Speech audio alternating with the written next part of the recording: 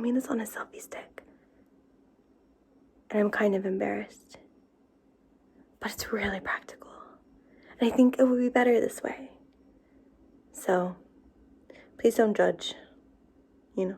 Welcome to my studio. I'm gonna give you a tour. I'm actually about to move, so we're gonna do this tour before we have a new studio. But then we'll do another tour. If you have any questions, let me know. I'm happy to answer. I love talking about this stuff. And yeah, so let's get to it. So when you first walk in the door, this is what you see, right? So let's like walk through and show you what we got here. So this is where I produce. We have our little ring light here so that the lighting's good right now. But this is like what my normal setup looks like. So we have some water. I do not recommend having jars, cups with no top. I don't recommend it. Don't do that. Don't be like me. I have my little MPK, Akai MPK Mini. I love this. I never really use a full keyboard. I always use this. Sometimes I miss not being able to use two hands at once, but I really love it.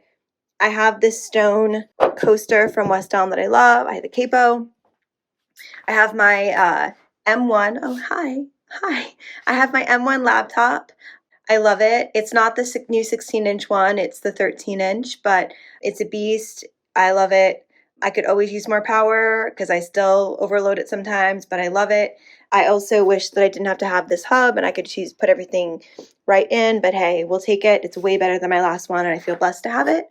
And then this is what I use for my interface. It is the Apogee One, and you can actually put your iPhone in it as well and record. I never do that. I just use it on my laptop, but it's great for like remote recording. I love it for traveling, like, or for sessions or just like being on the go because it just can fit in a bag. I love that it's so portable. It's been really good. I think it sounds good. It's pretty cheap. So I think I can't remember how much it is. I think it might only be a couple $100, but don't quote me. I love how good it sounds for how cheap it is, like, and how portable. It's been really good to me. So I really like it. If you're looking for an entry level interface and don't want to spend like $1,000. If you want a lot of ports and stuff like that though, it doesn't have that. So if you need more inputs, then definitely it's not for you. Going back.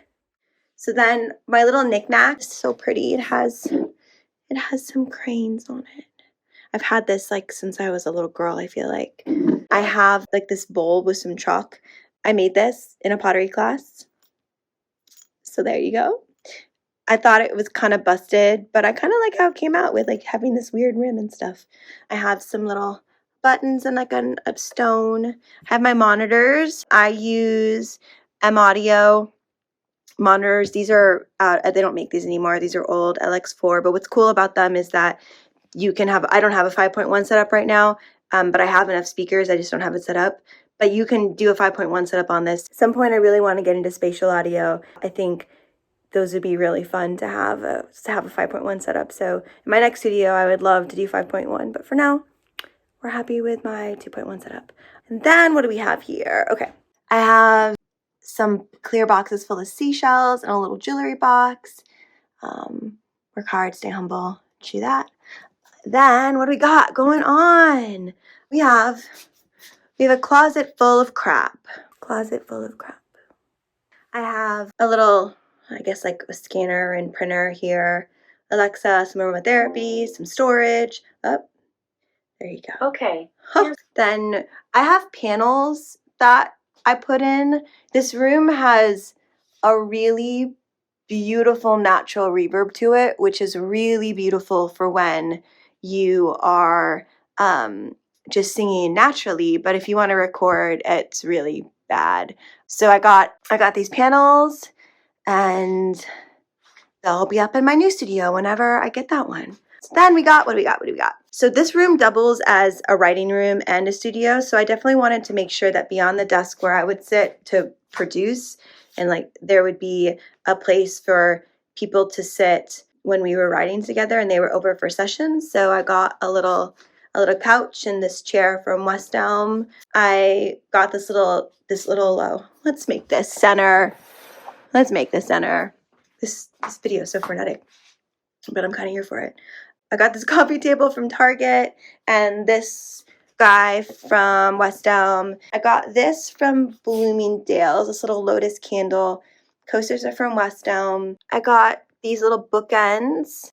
I don't remember where I got them from, but I love geodes. So then we have a bunch of CDs over here, really old school. These are a bunch of my old CDs from when I was going under my real name. So fun fact. And then I have a bunch of CDs from like, oh gosh, from like all over, from everything from like the 60s to like a lot of like 90s and like millennial, I guess, like 2000 stuff. So that's really fun. I just like can't throw them away, and it's kind of fun to have them. It's like CDs are the new vinyl, right? Kind of. But I don't know, it adds like a vibe to the room, and I think it's fun. I feel like CDs are old enough now that like they kind of are getting like vinyl, right? Like if you had a bunch of vinyl records in a room, it would put a vibe.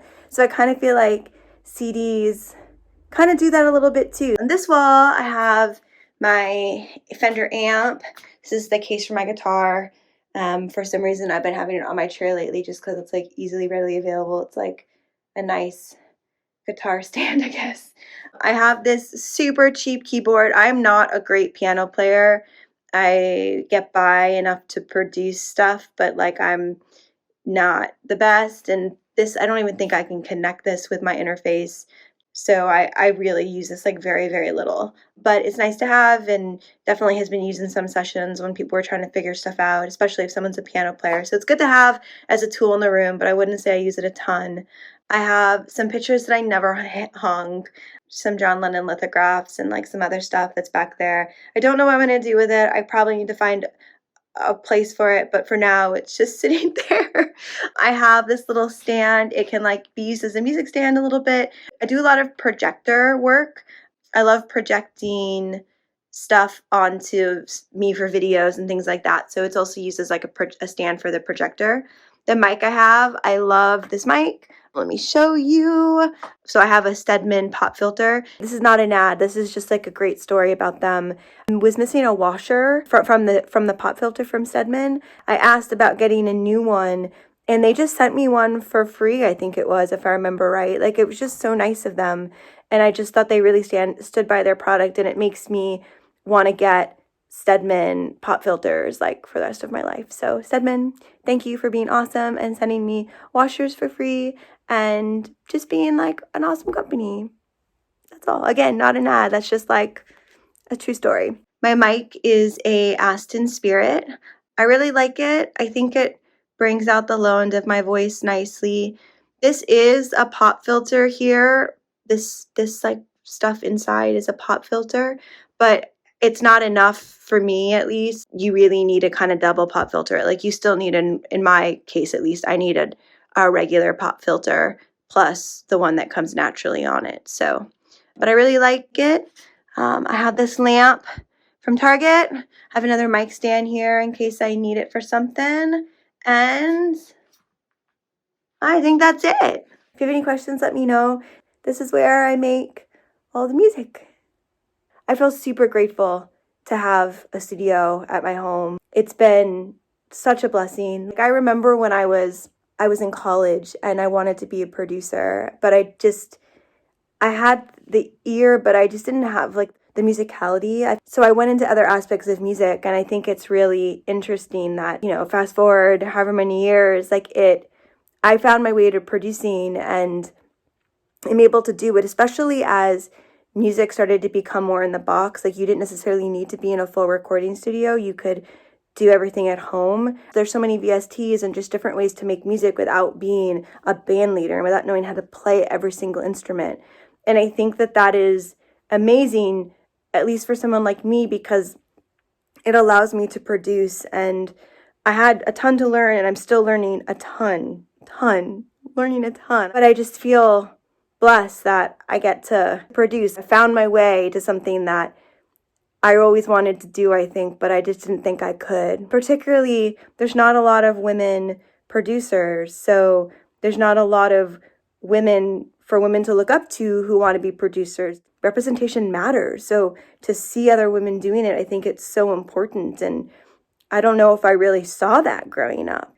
If you want to produce, if that's in your heart, it means that you have what it takes to do it. I think the things that we're passionate about, the things that we, our desires, like the things that we want to do in our life, they're put there for a reason. And even if we don't know how to do it yet, like, just take a step to do it because it's in your heart for a reason. Like, you're supposed to pursue that passion. It's part of your purpose. It's what you're supposed to do. And it doesn't mean the road will be easy. Doesn't mean it will be easy. But I think that sometimes if it's hard, like my journey's been really, really hard. But I think of it as a spiritual path. Part of why music is so hard is because it means so much to me. And I think that it's a faith walk. And I've had to learn, it really forces me to push my boundaries and to grow. And growth is hard and it can be painful, but it's so good. And I've grown so much. If I could be someone's person that inspires them to think that they can do it, like, you can do it. If it's in your heart, you can do it. Just take steps. And if you have any questions about where to start or how to move forward, like, let me know. I would love to encourage you and love to share any knowledge I've gained. I have gained so much knowledge from so many people on YouTube. Like, shout out to Make Pop Music, that Facebook group and that YouTube channel, like Austin Hall on Make Pop Music. Like, I think he is like single-handedly creating generations of producers. If you are looking to really gain a lot of knowledge, like in detailed knowledge and production tutorials, like Make Pop Music is just, like, in my opinion, like the best music production tutorial channel on YouTube. It's so good. I've learned so much. Thank you so much, guys. I hope you have a wonderful day and do what you love.